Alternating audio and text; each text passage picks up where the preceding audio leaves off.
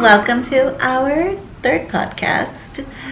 We are very excited and in a festive mood today. As you can see behind us, we're partying. But yes, if you are listening in, you're not going to be able to see, but we do have like balloons and it says let's potty because Cece's first birthday. It was my dog's first birthday, which I feel like it came by so fast and she's so big and it makes me so sad. But yeah, so we had a little party for her today. So if you do hear little steps, we do have two dogs still, my sister's dog and Natalie's dog here right now. So if you do hear little footsteps, they're here with us. So yes, when you are watching this or listening to this, it is actually going to be the new year. So when we are recording this, we are pre-recording this video and podcast. Yeah, so Happy New Year! Happy New Year! Hello 2025, goodbye 2024.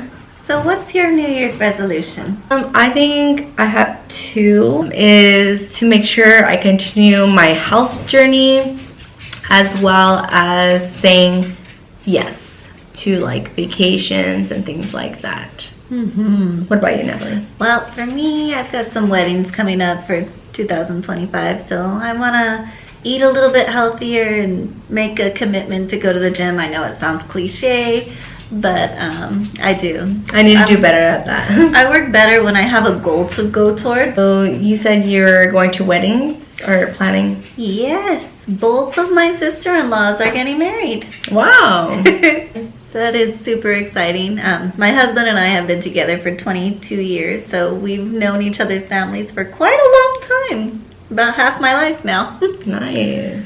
So we have some exciting things, and I do want to start going to the gym. I know there's a gym starting to open soon, hopefully in the new year, kind of close by. So I'm excited about that because I'm like, I feel like there's no excuses. So I'm gonna try to do that. But comment down below and let us know what your guys' New Year resolution is. What about a work New Year's resolution? Oh, that's a good one. Oh, a work resolution. Oh. Well, you ponder that. I've got one.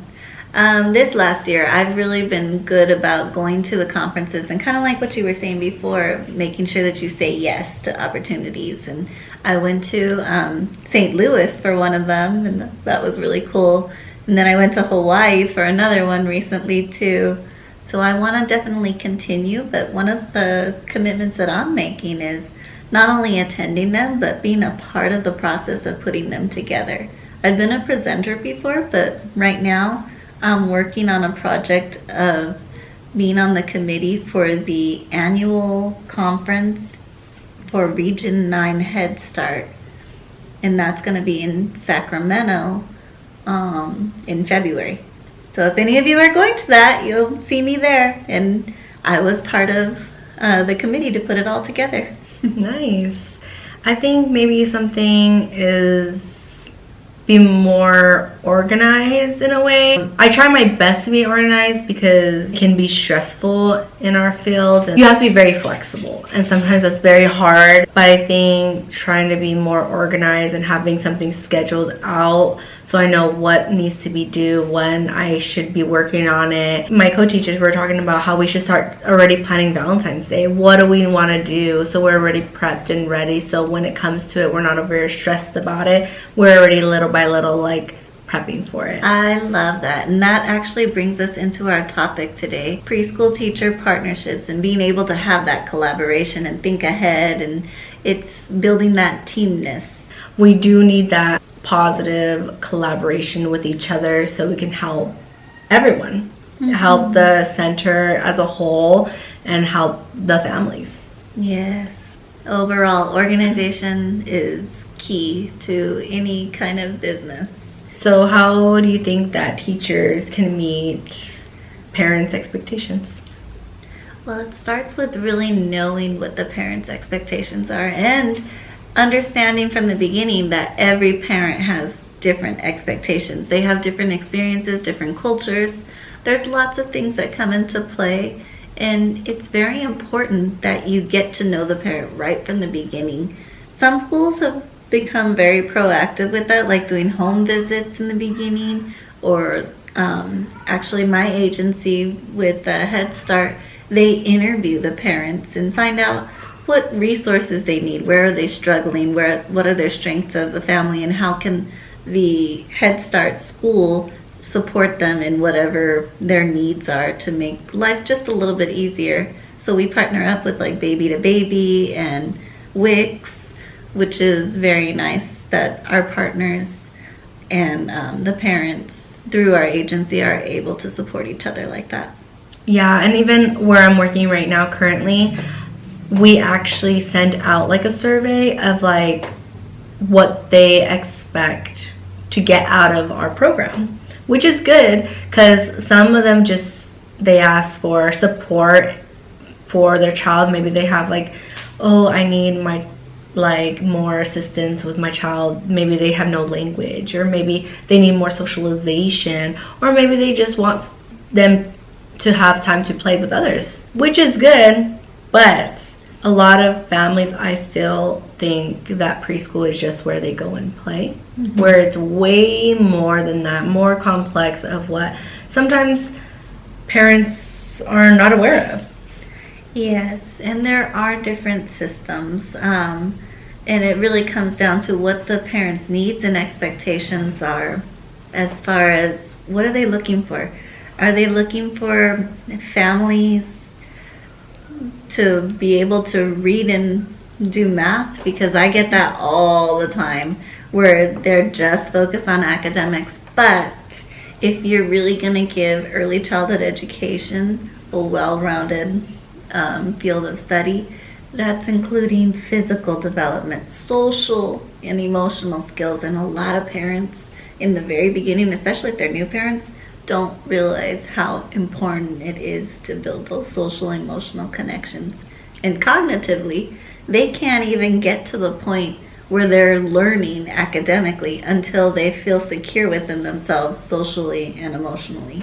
I like that, because that is so true. Because I hear so many families that get upset, like because maybe another child is being mean to them, or like taking things from them, or hitting them and things like that. And I'm like, this is where they learn to talk with their peers, and they might not have the language, so they might hit. But us as teachers is showing those children what they can do and how to regulate their own emotions when they're upset, and not grab the other child's toy, or not hit them when they want a toy, or not hit them because somebody grabbed their own toy. This is all a learning experience for them, because think about it. Sometimes you're in a class with 24 children, different personalities. Think about it. If you were in a classroom or a place with 24 different children you had to be with and interact with, but in their mind, they don't understand that they have to share everything. They feel like everything is theirs. So if you think that something is yours and everyone is trying to grab it, how would you feel? And I feel like a lot of parents are still learning that when they're young. They don't have that understanding of like all the children are learning at the same time. Yes. And it's kind of funny that we're talking about this today, because in a way we were doing that with our dogs earlier. Oh, yes. This was Salem's first time meeting the other dogs, and she's coming into the environment. So we have to think like that. Being a dog parent is very similar to being a human parent, where you've got to assess the situation and see how we can introduce. And right now they're doing great. It's really important to be able to get that social skills, have them be comfortable with each other before they can start intertwining in an environment. Yeah, and I know like Salem had a little bit of anxiety, and that's so true with some children. Sometimes they get so much anxiety coming in a classroom, they don't know who the teachers are. They have no idea who any of these people are when they first step in a classroom. That's scary. So what we do is try to make them feel more comfortable. We might not tell them, let's go play there, or why are you not listening here, or whatever. We're trying to help them with their social emotional, to help them feel more comfortable and help them regulate their emotions to be able to collaborate and work with other children in a positive manner. Be able to read their body language and their behavior, because when they're really young, like the infants and toddlers, they don't have the verbal skills yet. So we have to read their body and see how comfortable they are and help them. They can understand things that we say. It's going to be hard for them to tell us. We have to watch and observe and adapt. Yeah, I think that's something I love to do is like, a new child, like it's nerve-wracking because like how are they going to be? But it's also like how I'm excited to be like, how am I going to support them? Mm-hmm. And I've heard teachers tell me, oh no, it's not me, it's the child. And I'm thinking, if you're waiting for the child to change, you're going to be waiting all year, because the child's going to be set in their ways. The adult has to adapt. The adult has to change the approach and get the tools to learn the strategies on how to support that child. So let's talk about the do's and the don'ts that you should do in the classroom. Well, do communicate with the parent. Do communicate with your teaching staff. And just making sure that everybody is on the same page. That's a huge, huge point. Because if one teacher's saying one thing and then another teacher's saying another, the parent's going to get confused and they're going to talk to the director, and then they're probably going to have another perspective as well. It just gets to be too complicated. So making sure everyone's on the same page is very, very important. Yeah, that is so true. I know there's been times where I've had staff that we're not on the same page, or they don't let me know something, and it just makes things kind of not at ease. Mm-hmm. And even the children feel it, because once one thing is off, the children are like everywhere, and they could feel everything. Yes, even if the kids don't understand what you're saying, they pick up on that energy. And in the class tool, there's a environmental rating scale type of thing, and they talk about the tone of voice that you're using in the classroom, the way you're approaching each other in the classroom, because children are very sensitive to it and they do react. If the adults are yelling, guess what? They're going to be yelling. And how many times, if we're sick and have no voice and we're whispering, the kids are whispering with us. That is so true. Like there's been times where like I'm like telling the kids, oh, let's whisper. And then some of them are like still talking the same, and some of them are like, yeah, let's whisper. I remember one time coming into work and I was leading songs in a circle time, and I'm doing the little song charts, and I'm like, the itsy bitsy spider, and the kids are doing it the same way. I'm like, you guys could sing it, and they're like, no, we're gonna do it whisper with you. About something what I like to do when I'm working with children is to teach them independency. There's a lot of different ways we teach independency in the classroom. For example, a big one is serving themselves and feeding themselves. Like in the preschool setting, a lot of times we have family style meals where we set out the tables in front of them and they serve themselves with tongs and spoons and things like that. Yes, it is very important, and a lot of times it runs into some cultural barriers, because in certain cultures the mom is to solely take care of the child, and it's very hard for them to let the child do what they need to do naturally, and they don't realize that that's hindering some of their skills. If they don't get to practice them early on, then it causes a delay. And a lot of times they don't really realize that there's a lot of self-help skills that we teach them, that because a lot of the parents tell me like, oh, were you able to wipe them in the restroom? But in a preschool setting, at least in the places I've been to, we can't really do that unless they're like in pull-ups, diapers, things like that we can wipe them. Other than that, like if they're potty trained, then we can't do that. Right, and we don't want to do it because one, they're older and they're starting to understand their body and talking more, and things can get taken out of context. But two, they're going to be moving on to kindergarten very soon after that stage, and they're going to have to do it on their own. So we really encourage them to be able to do that on their own. That's not saying that we're not there to guide them and, make sure that it's still sanitary, but we want them to do what they need to do so that they learn that skill and they are prepared to be going into elementary school at that point. Yeah, and even like in the classroom that I'm at right now, we only have one restroom and it's in the classroom. But when the children are using the restroom, we have them keep the door open or at least a little bit so we can see them, make sure they're okay. And then if they call us, we can hear them if they need help with anything. But we always encourage them to try it do themselves and keeping the door open. I knew a child, he had a hard time like using the restroom. Like he didn't want to go by himself. He needed support using the restroom, like wiping and things like that. And I'm like, sorry, like we can't. And we let parents know, or mom know. She couldn't understand why we couldn't support him, but we did let her know it's because in an elementary school, we are not going to be there. The teachers are not going to take him to the restroom. Which the school that I am at, my preschool is based on an elementary school. And yeah, starting TK, kinder, they go to the restroom. They walk out of their classroom to go to the restroom by themselves. And they have to come back. So those are some things that why we try to teach them those self-help skills.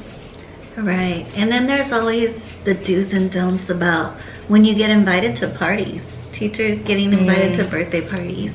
That can be a really tricky thing because you want to be closer to the parent, but then you don't want to exclude anybody. Yeah, there's been like some of the kids always tell me, oh, my birthday's coming up, can you come to my birthday? And I'm like, I don't know, I didn't get an invitation. But it's kind of like I'm not gonna go in a way, but I'm not also gonna tell the child like, no, I'm not going, because they don't understand that concept of like why we can't. But it's just kind of like, oh, I don't have an invitation, I'm not sure, I might be doing something. And it really is a bit of a difficult conversation because if a parent feels comfortable enough to invite you to their house, it's nice. And it shows that they do care and trust and see that you are a valuable person in their child's life. And a part of you does want to go and see that. But then there's the flip side. If you do go and then other children in your class are there, but you don't go to their birthday parties, how is that going to make the other children feel? Yeah. Yeah, that is hard because I'm like, yeah, it's a sticky situation. That's why you just don't want to do it. But there's other ways you can build relationships with the parents. It doesn't have to be like, oh, go to parties, like the birthday parties or events that the families have and stuff like that. It is super important to build relationships with the families, but you have to find that boundary. Yes, boundaries are very important. And some schools have gotten proactive about it, setting specific boundaries for the staff, saying this is the do's and this is the don'ts and this is the reason why. But a lot of the private preschools don't think about it, and it's kind of just up to the discretion of the teachers. And we have to think about it as professionals, is if we do say yes to this invitation, whether it's a baby shower or a birthday party, because I've had those too, or even a parent birthday party, which is kind of strange. I don't get them too often, but there was one time when I did, and I'm like, I don't know if I should, because that's kind of crossing a line there. Yeah, I guess you have to see what that borderline is, but I think for sure it's like you have to build a relationship with the families where it's like getting to know them. What are you guys like? Oh, what are you doing this weekend? Oh, I'm gonna visit my family. Oh, nice. And then on the Monday it's like, oh, how was your weekend? I know you said you were gonna hang out with your family. How did that go? And that is something that you can do, is like having conversations, showing them that you care. Yes, but with that you also want boundaries, because you don't want to be standing there talking to a parent for 30 minutes while the class is just running amok. Oh yeah, because we have to be able to still control class management while we do a nice professional check-in. But if we get too personal, and I mean, there's been times where parents are depressed and all of a sudden they end up spilling out their whole life story, and I'm thinking, oh, I'm so sorry to hear that, but you know what? Maybe we can talk about this later. Right now, the children need my attention. And it's okay for us to say that. The good thing with my job is like we have like this gate situation where we have to walk out to the gate.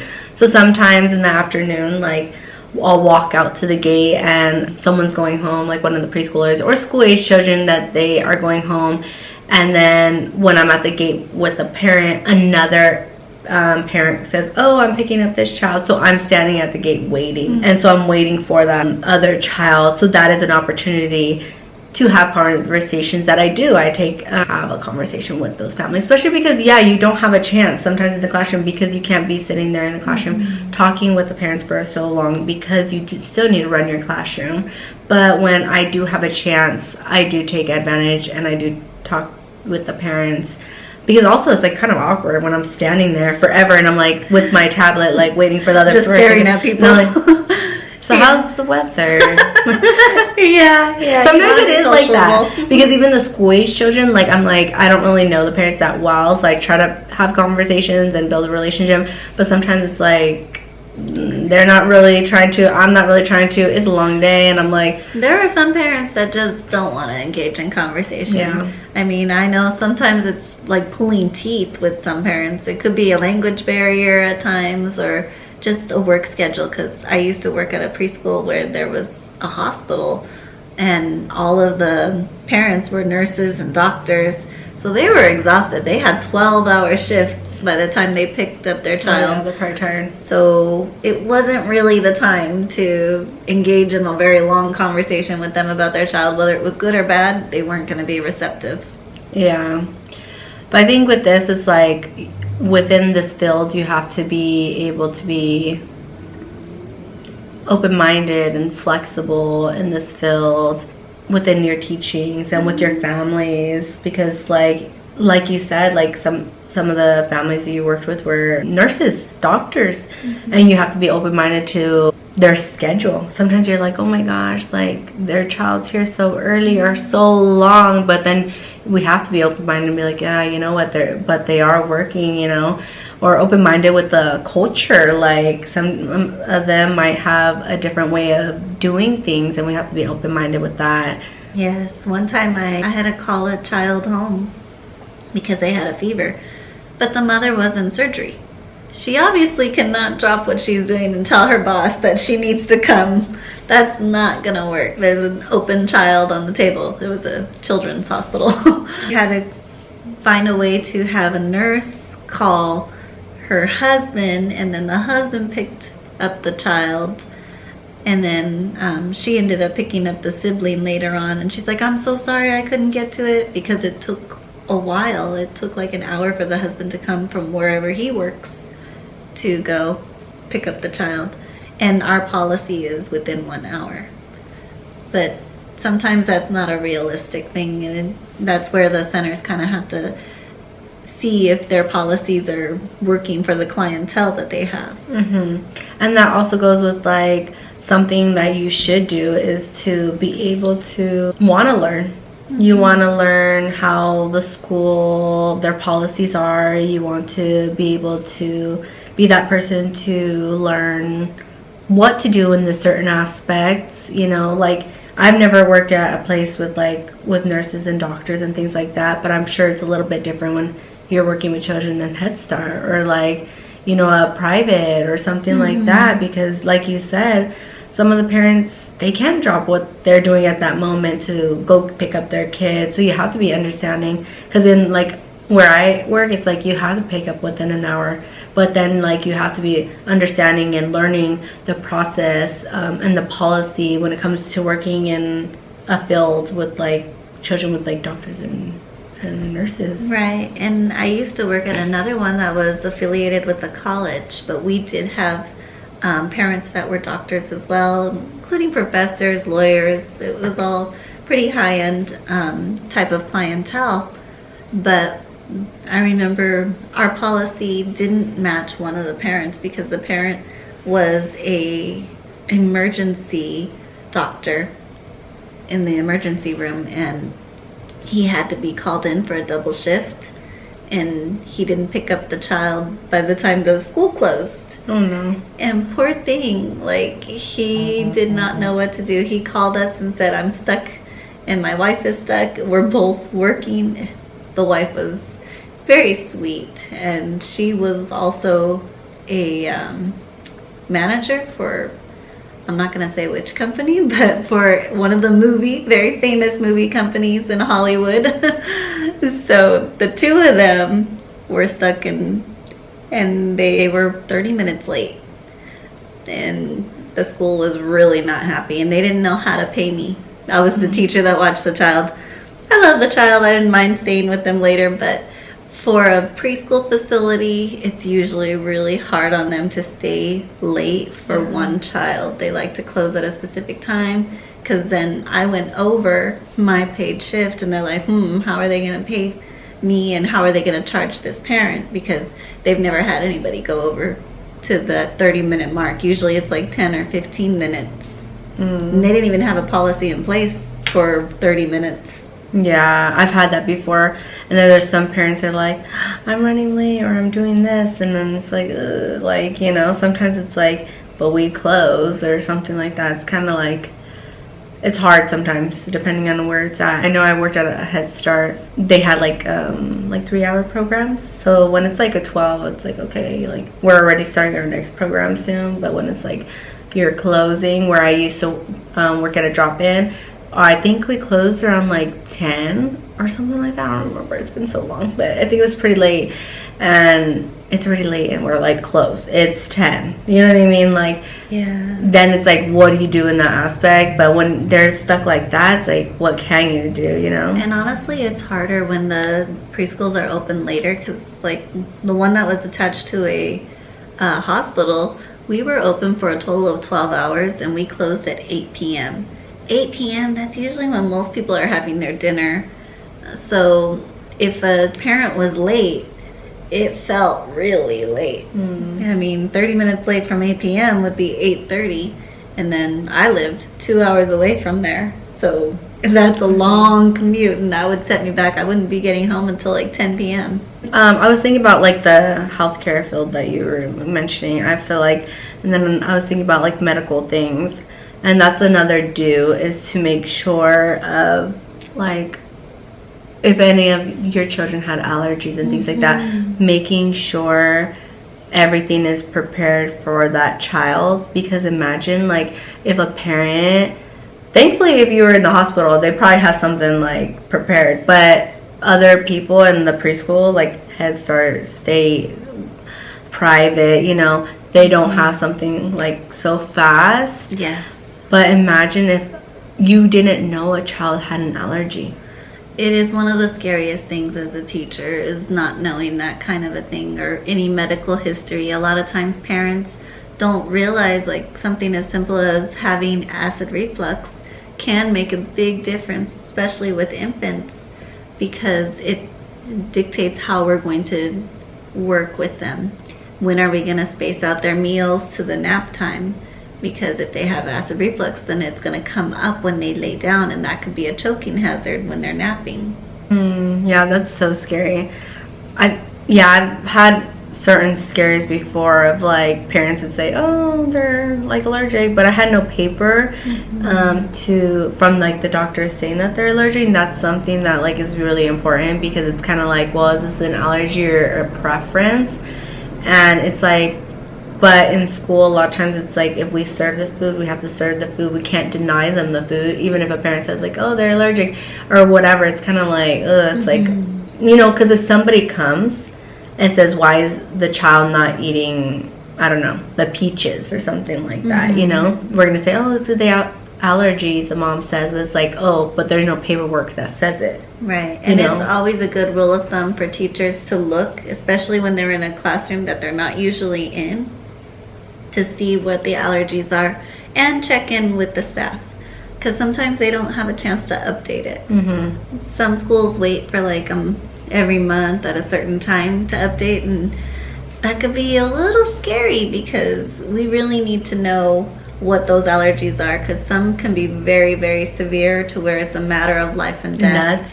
Nuts Is a really big one. Actually, one of my friends, just the smell of oranges, she starts breaking out in hives. Oh my god. And it was a starburst. We were cleaning, and then all of a sudden, one of our other coworkers, she was chewing a starburst, and it happened to be the orange flavor.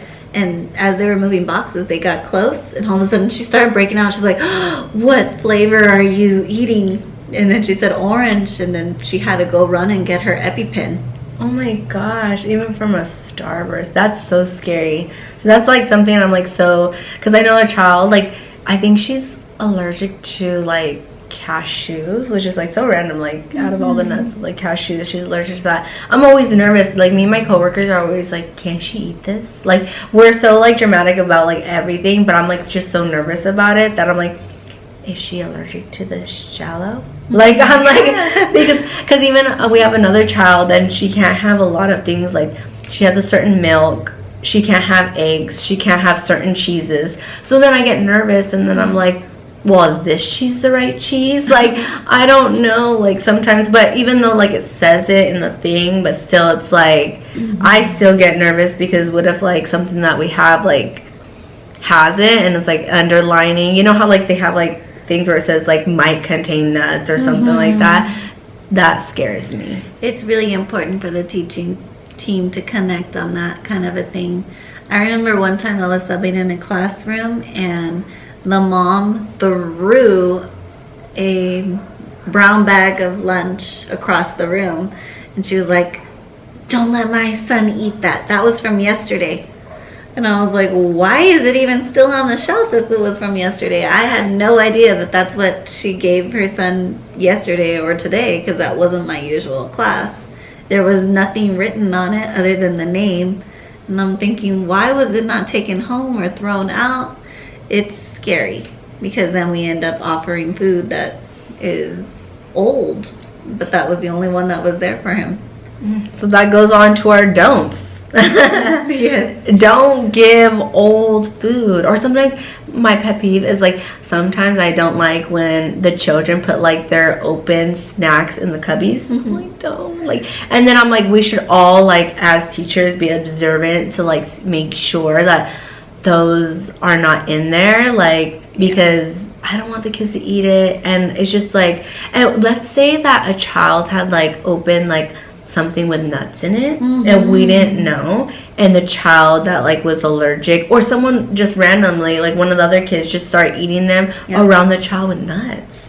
So I'm like, yes, be careful, watch what the children are eating, watch what's in their cubbies, don't let them eat old foods. And if anything comes from outside of the school, make sure that it is labeled with the name and the date, and make sure you know what is inside it before it comes into the classroom. That's something I think we need to do in our where I'm working at, because a lot of the children do have snacks, but sometimes we don't see their snacks until they pull them out. But I'm like, maybe we need to like look more into it, like, oh, do you have snacks today? Let's look at it, let's label it. Yes, and it's really important with infants too, because if you're not labeling it, sometimes the bottles look the same and they'll tip over, or they get shifted around, and you don't want to give somebody else a different child breast milk. That would be really scary. Or even different types of milk, because again, they can have allergies that early on. And then even the food jars, you want to make sure that those are labeled, because they get shuffled around, and you do not want to introduce them to a flavor that they have not had before, because they could be allergic to it. Yeah.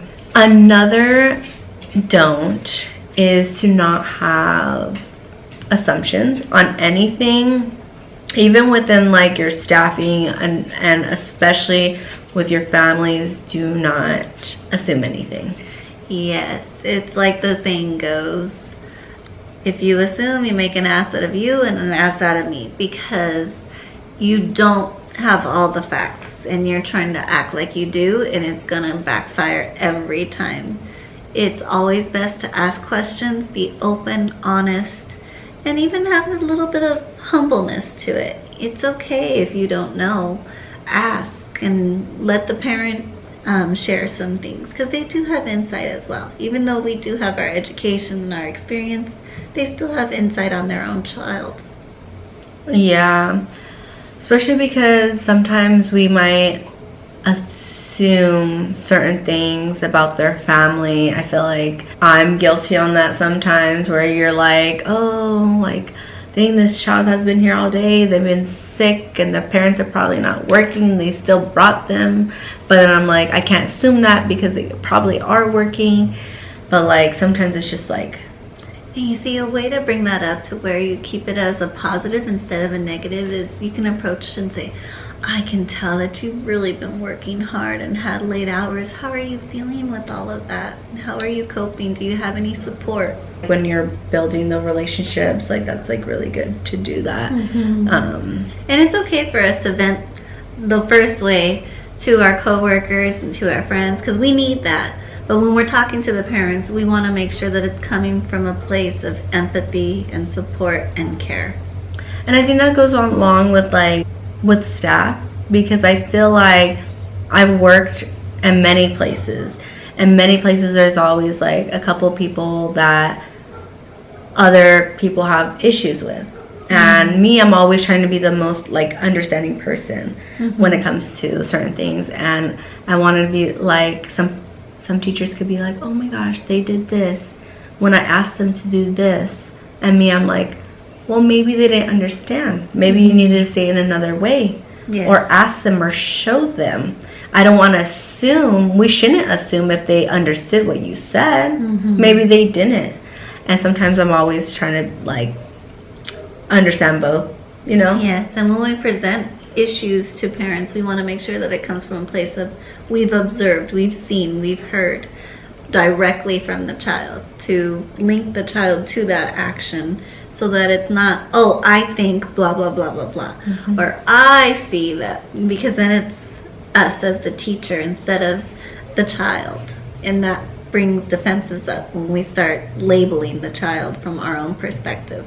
And that's crazy that you say that, because that's kind of like within like when you're doing documentation and things like that, like you're making sure you're not saying their emotions. They're sad. A lot of times when you're writing like certain documentation, you have to like say exactly what they're doing, like, and not just saying they're sad, because like, how do you know that they're sad? You can't put on that label and assume that they are sad. What shows that they're sad? Or you can't say, oh, they were so happy, whatever. Explain why, because you can't put on the label. I don't know if like you have told that. I feel like when I've done like certain documentations for like the DRDPs and things like that, like I would show them the rating scale and I'd say, well, what made them sad? We need to know the action, not the actual emotion. Exactly. And especially when someone's having like a behavioral thing, we have to write down what was the behavior before, during, and after. And sometimes you have to literally show what had happened. You can't say they were sad or whatever. You need to show examples. Right. To It's explain training everything. yourself as a teacher to think of everything as a cause and effect. Yes. There was a cause that produced this effect, and there's a reason behind that. And then when you get to that point, then you can start scaffolding and saying, okay, if we want a different reaction, what do we need to change to cause that? I wanted to speak on having reactions. We cannot react negatively, because there's been times I've seen teachers react negatively towards parents, parents react negatively towards teachers, and teachers do it to each other. So I think that is so important to touch on, because of the environment you're setting for your classroom. You do not want a negative environment. The children feel it, even if they don't understand the words. Even infants, they'll start to cry if the adults in the room are tense. They don't even have to be verbally saying things, but you could just feel the energy in the room. And infants are very sensitive to that. They understand that there's some negative tension going on, or they can tell the way that they're being picked up is differently than usual. We're not as calm, we're tight and tense. So we want to be mindful of where we are in our own feelings. We have to be aware of it, and if we need to step out, we need to be able to take that time and step out. Life happens. There's going to be bad days, there's going to be sad days, but we need to make sure that we're not bringing that negativity into the classroom, because then it's not professional. Yeah, 'cause I know I've had situations with, like, I think in the last podcast we talked about with my director, like, she brought a negative climate into my classroom while she was, like, screaming at me, you know. I have had parents come into the classroom and scream at us. I had a grandmother that actually, like, kind of, like, I wouldn't say screamed, but, like, raised her voice at one of my co-teachers because she noticed a scratch on the child's face when she got home, and she was like, what happened? My co-teacher didn't know because she was not in the classroom the day before, but I kind of let her know that there was nothing. But they noticed during when they took the child a bath. So that's kind of, like, hard, because how would you know that it happened at school? But I ended up talking to the child, and I talked to their brother because the child said the brother's name.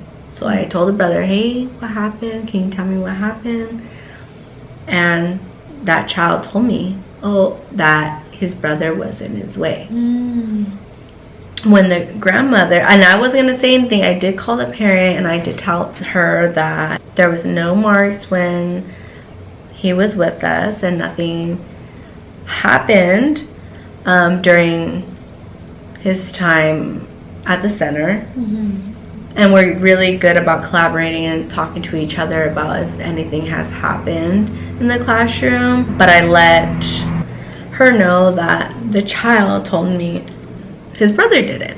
But I did tell her to, like, maybe you should talk to the brother to ask him what might have happened, because I also don't want to assume it was him, even though he kind of told me it was him. But I also don't want to blame the child and, you know, things like that. Right. I feel like it should be a conversation between the child and the mother. And it's really good practice that when a child comes in, you review them from head to toe, just a quick check-in, check their hands, feel their temperature, and you want to, one, see if that they're healthy, and two, you're kind of checking to see if there's any scrapes, scratches, because a lot of times, even just from the house to the preschool, the child can hurt themselves, or they can brush up against something, or they can smash their finger in the car. There's just so many things that could happen. And sometimes it even happened at home that the parents didn't notice. Yeah. So if they come in with anything, you want to document it right away. Child came in with scratch on finger or something like that.